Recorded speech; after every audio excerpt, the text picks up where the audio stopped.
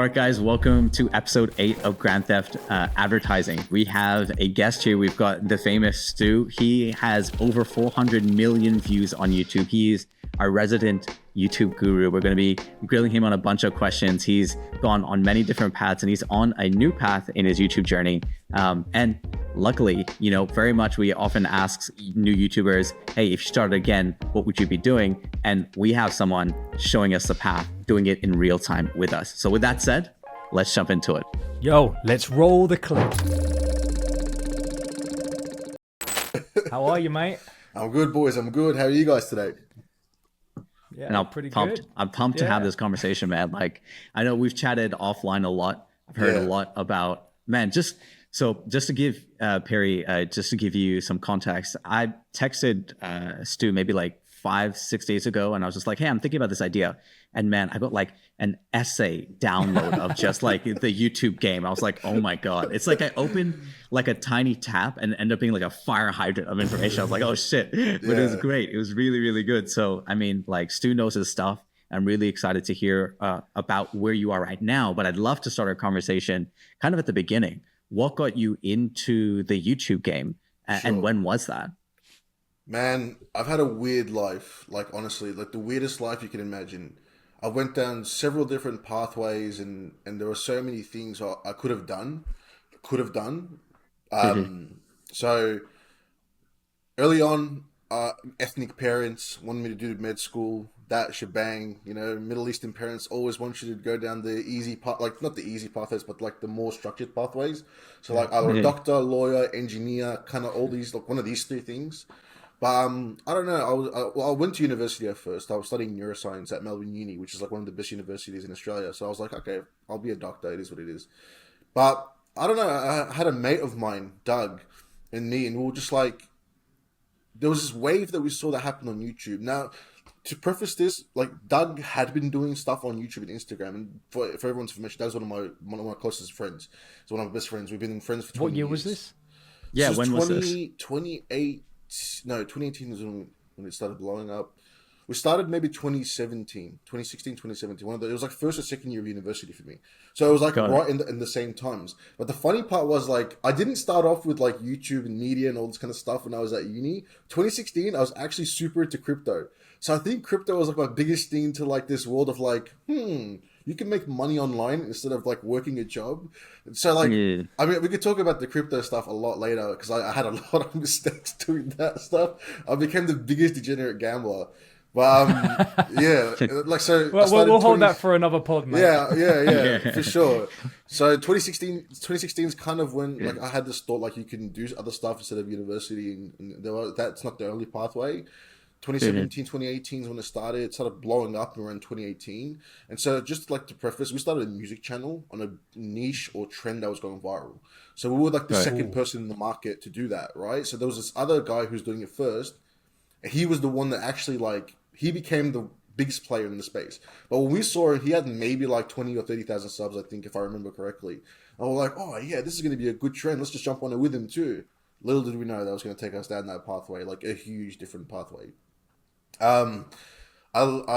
ended up selling that company off to an investor / buyer. He took it on, and he still runs the channel, I think, or somebody else still runs the channel now because you can still see that the channel that I had still gets uploads. Just on that, like, are you able to say how much you sold it for? It was over 6 figures. It was over 6 figures. Yeah. Wow. Okay. How long did you have? Yeah. How long did you have the channel, and then you were able to sell it for 6 figures? By the way, 2 or 3 years. Yeah, it was something like that. 2-3 years. Interesting. Got it. So look, it was like, this is the thing with music, right? And this is the problem. Like, copyright material is always an issue, but it's easy to grow, right? Like, I could grow a channel doing music stuff very easily, but you make no money. So what's the point? Like, it's like I use YouTube as a vehicle for wealth. I don't use YouTube because I want to own like. I want to have like a Mr. Beast channel, or I want to be like an influencer like that. No, I've always used YouTube as like a wealth vehicle to create products. Like, in my opinion, it was where I wanted to go, is create products, or just monetize them and make money through the video, through ad rev, through affiliate marketing, all these things. So when you have a channel that big but it makes no money, you're just like, what's the point? Like all these people have bigger channels. They have small channels than me making more money, and I have proof of that too. I had a way small channel. I sent you guys that screenshot. Like that channel had nowhere near the subs that the other one did. Yet it was making a shit ton more money. I have a question on that, Stu. Sorry, Rafa, if you do as well. But my question is just in regards to this bigger channel you had, which is music focused. Were there, now that you think back on it, were there any ways that you think you could have probably monetized it now with like affiliation links, or was the and just to preface, like the people that may be listening to this pod may be just early doors, they're just getting into marketing. So when I'm going to ask something regarding, did it have good engagement? And what I mean by that is, did people watch it and then want to like it, subscribe, comment, follow it a lot? Yeah. Bro, that channel was different. Like, it had a lot of engagement. And I'll be honest with you, a lot of the people that were watching us were probably stoners who were like just like getting baked and then like watching some music channel, and they're like just vibing out. Which is like cool. That's like our viewer persona was like a stoner who was like having the munchies and listening to music, which is like the vibes. But it was. I look at it like now, and I'm like, is there something I could have done that would have made it better? To make more money off that channel? Yes and no. Like, the reason the other guy who took it off us was able to probably make more money on the channel is he had connections to labels that we didn't. Like, we had maybe one connection to a really big label, but he had way better connections than us to labels. And so when you have like the connections to labels, you can get the channel monetized. Like, the channel was monetized.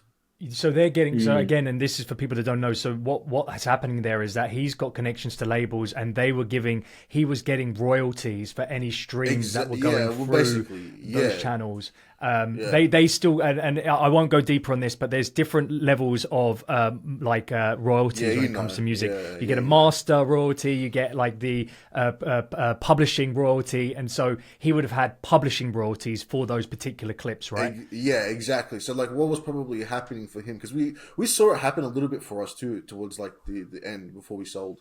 We saw, like, for example, like we would be able to make money for the first 24 hours with the deal, the deal with the label, but then after the first 24 hours, you don't make anything.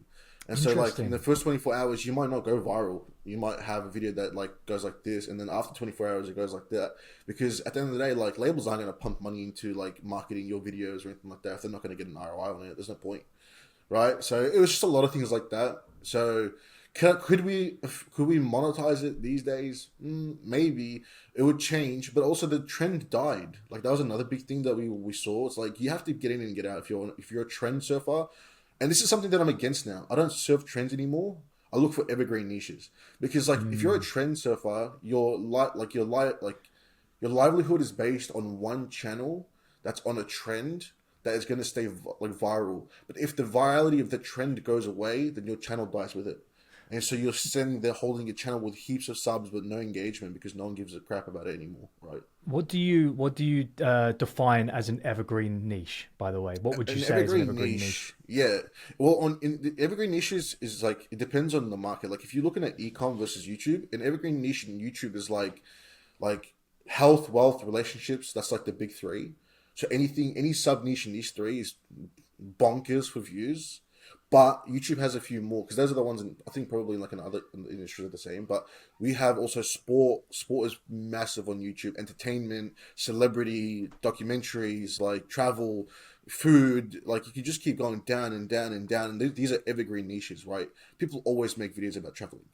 You're going to see videos on traveling, and you're going to, like, people watch it like, oh, I want to go to Greece. Let me search up a video on YouTube for Greece. I'm not going to go to Google and search up a picture of Greece. I want to see a video of it. I want to feel it. I used to use Lonely Planet back in the day. Like, I don't know if anyone else used to use that. Like, showing your age, man. Yeah, you really should. Lonely Planet. Hey, like, is this country safe?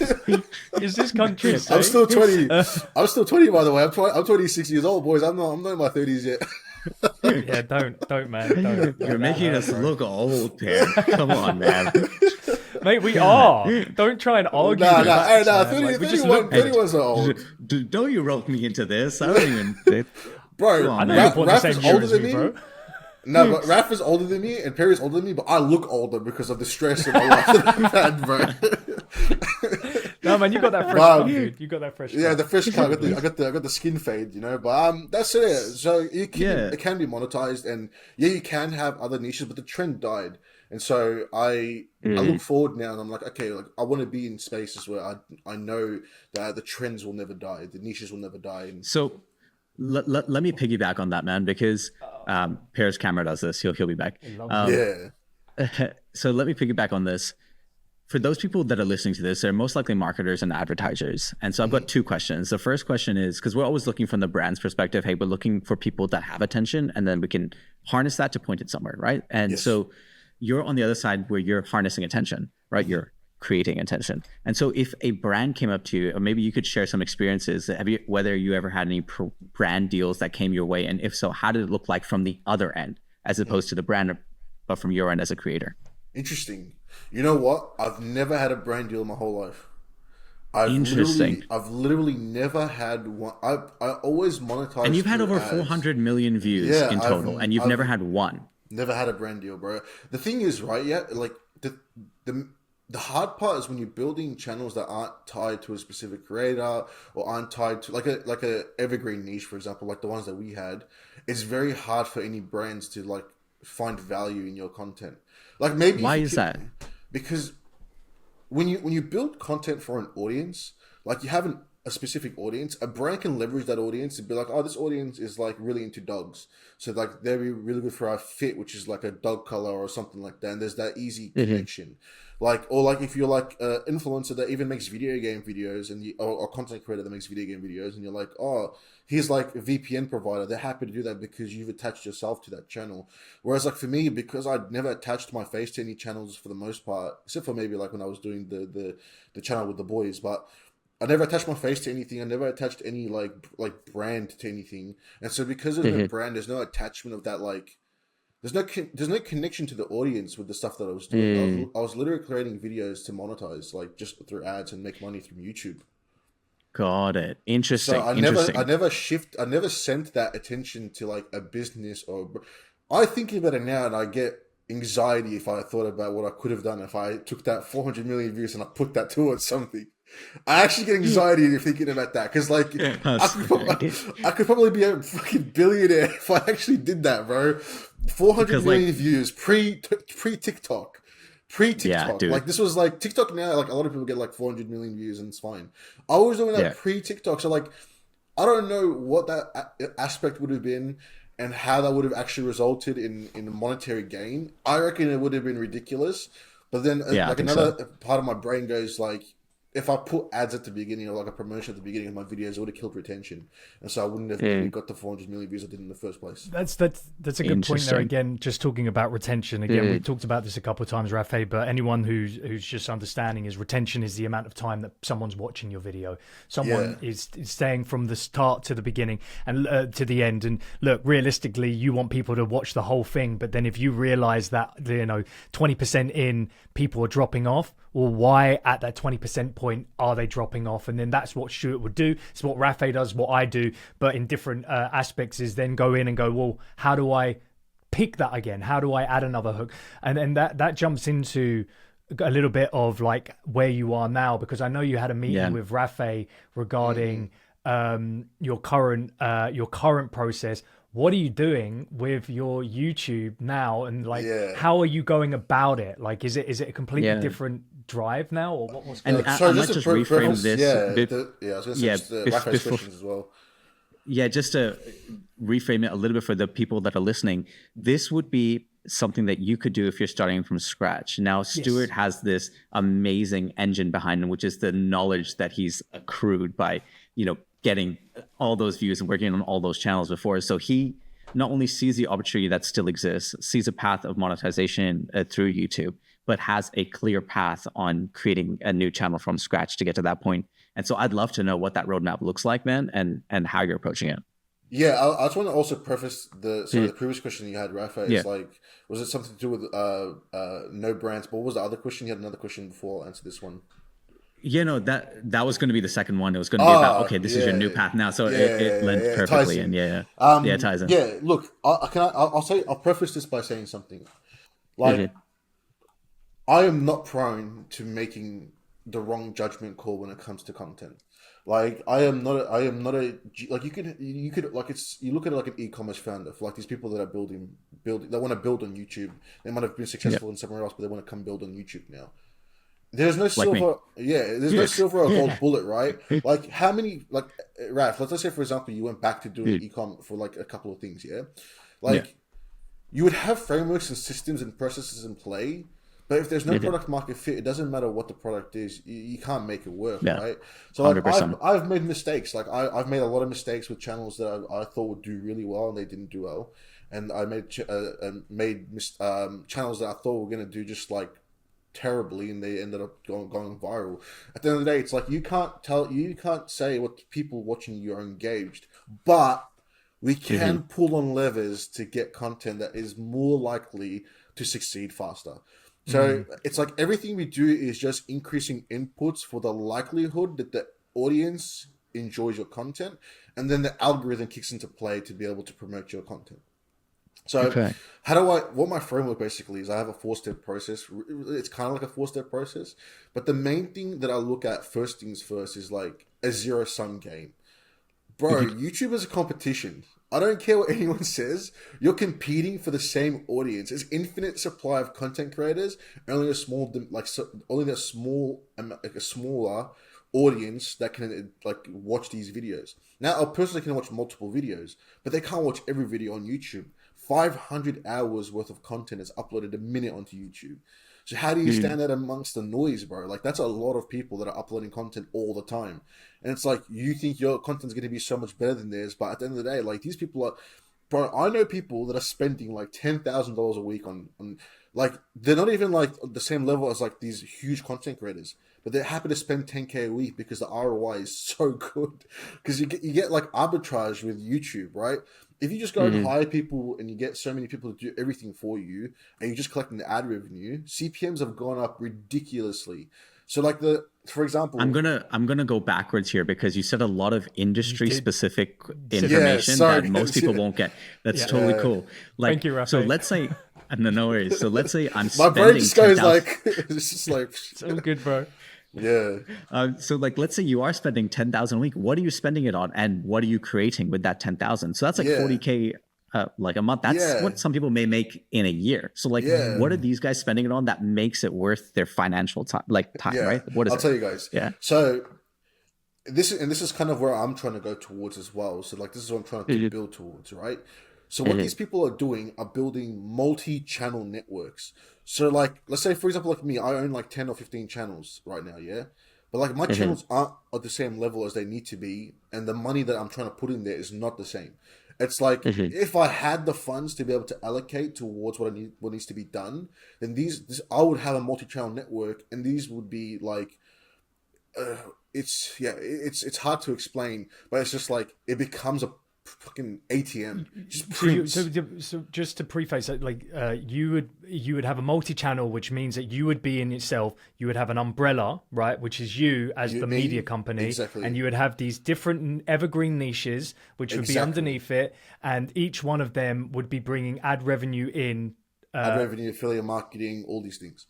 Okay, and so, each of these channels are like in faceless channels, and okay. So I want to, from that multi-channel network to the individual channel, let's dive into just the individual video. Let's say you're starting. Yes. What do we do? Like, we have no video. Like, we're starting. Like, what do we do? Yeah. Yeah. So we'll start MCN. Let's say just MCN for these people that are spending 40K. And let's say it's the one channel. Okay. Let's say it's the first channel. Yeah. I pick the niche of, let's use a niche that I've used, poker. I do a poker channel. Poker is evergreen. People always watching poker. There's always demand for poker. I love watching poker. Yeah, I love watching poker too. So it's like an evergreen niche. I actually knew someone who I can't say who he is, and I can't say the channel he owns online, but I'll tell you guys after. He's made $2 million on poker in the last 2 years. But anyway. Oh my gosh. Yeah. So channel. And then poker, let's say it's poker. And then, okay, let's start. I'm starting brand new. I have no idea what I'm doing. I have no channel so far. And I'll tie it back to the framework. So like, I have this new channel, and it's brand new, and it has no audience, it has no engagement, it has no metadata. No matter how good your first videos are, you are going to get 0 views. I'll just tell you that from the get-go. The channel needs time to be acclimatized to get it to a point where the metadata kicks in, and then YouTube goes, all right, this channel is not just a channel that's trying to post. This channel actually watches videos, and they actually contribute to YouTube, and they do this and they do that. Because like I've had channels where they're like 0 views for like 3 weeks, and then they go like 1 million views. It's because YouTube just has that period of time. They go, who is this person? It's a warm-up period. It's a warm-up. Yeah, you got to warm up the channel like you do a Facebook ad account. It's like Facebook ad accounts. It's like new TikTok accounts. It's new Instagram accounts. There is a point where you are a cold account, and the reason why you're a cold account is that it basically protects the algorithm from just having people shooting content continuously, making bot accounts and everything in between. So there's a reason why they do it. Yeah, exactly. And it makes sense, bro. Like, if you just get any guy who's just any dumb wants to just go upload YouTube videos, everyone's like, oh, it's easy, I can make money. I got like 1 million views in the first video. You'll get like 10 million people uploading, 100 million people uploading it like every day. YouTube can't take that. The servers won't be able to handle that. So you just like destroy their views. So you like, they get no views, and they go, are you really about that life? Or are you just here for just to upload to make some money on YouTube? And then you'll see that part happen. But anyway, so the first part is like, okay, we've got poker. For step 1, it's a zero-sum game. Right? Okay. Like I need people to understand that it's a competition. You have to thrash your competitors, even if they get more views than you. It's fine. If you make better content than them, better ideas, more like you look into other niches and find what's worked for them and adapt that to your niche, but you're the only one doing it in that niche, for example, then you're able to create like markets of one, and then the people that are in that niche already will try to copy you actually versus you copying them. Because if you copy them, you will never do well, because YouTube is a competition. If I say cats are yellow, and then the next guy goes, cats are kind of yellow, he said the same thing I did, so there's no value creation there, but I created value first. So he doesn't get the views, but I did. Right, so evergreen. The zero-sum game piece. Yeah, it's a zero-sum game. Sorry, yeah, it's a zero-sum game, and that's the first part. So identifying a niche is also something that I would say you have to do what you love. Now, if in the term of like a brand, you might be a brand that's like, like we create like dog toys. I'm going to say dog toys a lot because that's an easy one for me to think about. But it's like, I create dog toys. Well, make a channel about dogs. You really like dogs, just do that. You know, don't make a channel about something you don't like, because you'll never stick to it anyway. Like, if I never made I made a couple of channels I didn't like, and they never worked out because I just hate the content. So what's the point? Do what you love. Do what you love. Exactly. It's always about doing what you love, right? At the end of the day, it's like passion breeds excitement, and it breeds ideas, and it breeds all this stuff. Like, I like business. I love business. I'm always thinking about new business ideas and business models that haven't been tested and trying to do that. Maybe I'll do that on a YouTube video one day and show people, I'm trying this out to see if this works. I'll try this out to see if this works. That's what I like. Don't do what I like. Do what you like.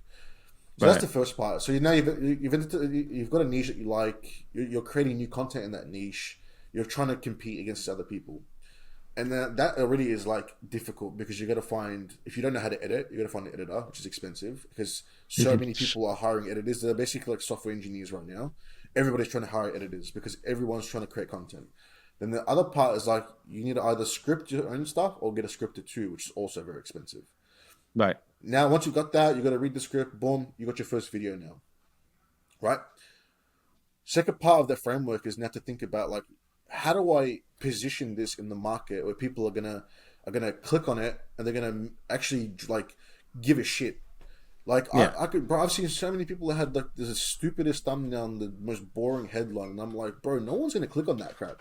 No one cares enough to be like, like look at this cute dog. Wow, so cute. Who the hell's gonna click on that? Like, it's like it's like there's no intrigue, and there's no. I mean, there's probably some people that might click on that actually, but there's no intrigue, curiosity, emotion building, no like feeling like, oh my god, I feel like I'm gonna get something out of this video. There's no value creation.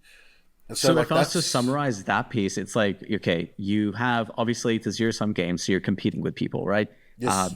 You obviously have to choose a content area that you're in love with, or you love, or you enjoy, so then you can actually stick with content creation, because it is a grind and it takes time.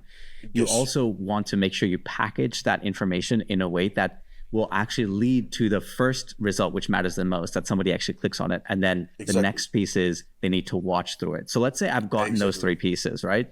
And to be able to get those 3 pieces, perhaps I'll have to edit everything myself or script everything myself, or if I'm poor in time but I'm rich in money, I then pay people out to do that. And then I go ahead and film those things, maybe the voiceover, maybe AI. And then I do that repeatedly. So that's where you're at right now. You're at the start of this process where you're finding an evergreen niche, and now you're doing it repeatedly. Tell me about what the next 30 days for you on this new path looks like. You've chosen your niche. You've done this path. What's the next 30 days for Stu look like? Well, it's for me, it's like I'm looking at it like logistically, right? And there are a lot of things that I'm like, okay, I understand that well, you boys know I can make money from YouTube, even though I'm not supposed to be, but I can't say how I do that, guys. Yeah. Sorry. If you want to know, you can ask me personally, and it's allegedly how I make money on YouTube.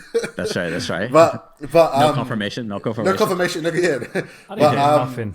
Yeah, but I don't know. The next 30 days looks like, for me, it's like, okay, I already have a couple of channels, but I have circumstances around those channels which make them a bit difficult for me to build on right now. Okay. So I'm looking to build a brand new channel. So I'm going to be building brand new channels. I'm going to be recording the process as well of how I do it. But I want to, so I want to build in a few niches that I like. I'm building currently in a niche that I was wrong about. And this is what I like to, I want to admit I was wrong. Because this is where it is. It's like, even I make mistakes when it comes to YouTube. And you will too. Like, a lot of people do. Like, I made a big mistake. I had a channel that I was like, oh my God, this is going to do really, really well. And then what I realized, it wasn't an evergreen niche. It was actually a trend. And I'm like, damn. This is the trend that happened in 2022. It's not the same trend anymore. No point. Don't do it. Actually change it up a little bit. But right now, what my focus is, like, I'm honing in on something that I love, which is, actually, I'm doing MMA. I'll just tell you guys, I'm doing MMA. Yeah. So I love MMA. I love like combat. I love fighter sports. I love all that kind of stuff. So I'm trying to create like a channel right now where it's does like deep dives into the fighters' lives and the documentaries about their lives and their up and coming, like when they come up in the space and how they did it and all that kind of stuff, and breaking down their styles. So that's what I'm doing right now. I'm just focusing on that niche. It's what I enjoy as well. I love MMA, love UFC, love boxing. So it's like an easy match. And the CPM for that industry is super high because gamblers... What's a CPM? Yeah, a CPM is just like a playback CPM is how much YouTube pays you for like 1,000 views. Got it. If you have like people use RPM, revenue per mil. I like CPM, even though revenue per mil makes more sense. Like how much you actually make per 1,000 views. But CPM for me is like a big driver for me. So like I always go for high CPM niches. Like what's a high CPM? Like if somebody has no idea. Yeah. Luxury is a huge high CPM. No, like what's the dollar amount of a high CPM? Oh, yeah. Like Perry, do you want to say how much is like one of the highest we've seen? Yeah, go nuts, man. Go nuts. Are you sure, bro? Yeah. It was wild. Couldn't believe it. Me and Perry had a channel together that we saw. I'm not going to say the channel, but Raph knows it as well. But they had like $120 CPM almost, $150 CPM. So for every 1,000 views they were getting like $150. Oh my God. So like if they had 1 million views, they would have had what, $150,000? Yeah. Oh my God. Views. That which is off like one video. Off one video, yeah. Here's the caveat on that though, is that even though that would be the more views that they get, the CPMs would go down because you are getting a larger. Yeah. You're getting a larger net. Actually, it depends. Like if you keep in the same niche, it actually wouldn't go down. It's only when you start broadening your niche. If you like went like super narrow and you're like this is the if you get like 1 million people that like really into that niche, then the CPM doesn't go down because Google uses its data to be able to tell. And advertisers are actually the one that kind of dictate what a CPM is. So like they know that the channel is, let's say, for example, entrepreneurial. So they're willing to spend more money because they are likely to have entrepreneurs who watch, who are going to buy their products or their agencies or whatever it is. So but like a high CPM, high CPMs are like you can like I had on that photo I showed you, I had a $3 CPM and it still made 62,000 USD a month. So imagine now where that was $3 CPM. Did you say? Yeah, that's only $3 CPM. Wow. Okay. Yeah. Okay. But now it's different, bro. That was during like an adpocalypse. Like YouTube was being really shit with the ad revenue and all that kind of stuff, and they were demonetizing everything. So like that was now the same views would probably make me 260,000 a month USD. Wow. It's that's crazy. So like it's an order of magnitude. Like if you can consistently get attention and hold on to attention, even if you're not pointing it somewhere else, the system of YouTube financially rewards you by doing that because they sell the viewership ad inventory to brands that are willing to pay for that attention to come up on your videos. Exactly. Yeah. So that's awesome. YouTube should be seen if you're a brand or a business, YouTube for you guys should be just another way to make more money for your business, because it's just all like basically all top, like it's just pretty much 85% profit margins on YouTube videos. It's really cheap usually to run at. Like, you're not going to be running what like I'm trying to do, which is really expensive. Like, if you're going to start a YouTube channel, you're going to have one channel, one scripter, maybe one editor, and just have it be a long-term game. Yeah, for sure. It's like a long-term game versus like what I'm trying to do, which is like, bro, like